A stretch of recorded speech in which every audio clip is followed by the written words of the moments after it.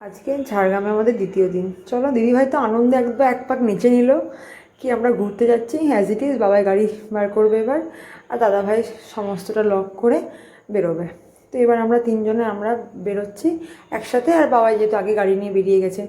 তো আমাদের গন্তব্যস্থল হচ্ছে কোথায় সেটা জানতে হলে পুরো ভিডিওটা দেখো, আর অবশ্যই সাবস্ক্রাইব করে লাইক কমেন্ট করে পাশে থাকতে হবে।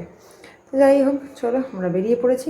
এত গরম এখানে, তো ওরা ডিসাইড করে যে ডাব খাবে, তো ওরা দুজন ডাব খেয়ে আমাদের জন্য ডাব নিয়ে এলো। দিদিভাই তো আর আমি গাড়িতে মধ্যে ছিলাম কারণ ভীষণ গরম লাগছিল। যাই হোক, এই ওয়েদারটা নেওয়া যাচ্ছিল না ওখানে, কারণ মানে ঝাড়গ্রামে না একটা বিচ্ছি টাইপের গরম।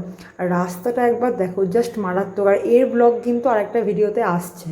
তো যাই হোক, এখন গাড়িটা ও ড্রাইভ করছিল, ভোটের জন্য আমাদের গাড়িটা মাঝ রাস্তায় আটকায়, চেকিং চলছে, ওটা ওদের ডিউটি।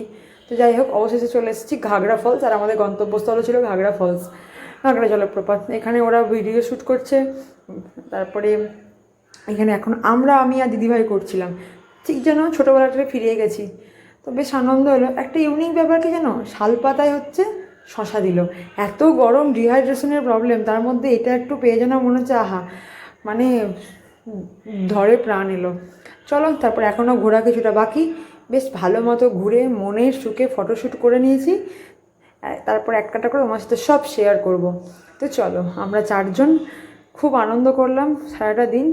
এর মাঝে আমরা লাঞ্চ করে নিয়েছি, সব ভিডিও নেওয়া পসিবল হয়নি কারণ ভীষণ রকমের গরম এখানে, একটা অদ্ভুত টাইপের গরম। এবার আমরা ফিরে যাচ্ছি। তো প্রথম থেকে একদম শেষ অবধি গাড়িটা ওই ড্রাইভ করছিল। কিছুটা রাস্তা যাওয়ার পরে দাদাভাই গাড়ি ড্রাইভ করে। তখন দাদাভাই আর দিদিভাই পেছনে ছিল যখন ও ড্রাইভ করছিল, এখন দাদাভাই ড্রাইভ করছে, আমরা পেছনে চলে গেছি। তো এভাবে জায়গাটা আমরা এক্সচেঞ্জ করে নিয়েছি। চলো, আর এখন দাদাভাই আমাদেরকে নিয়ে সবাইকে নিয়ে ফিরছে।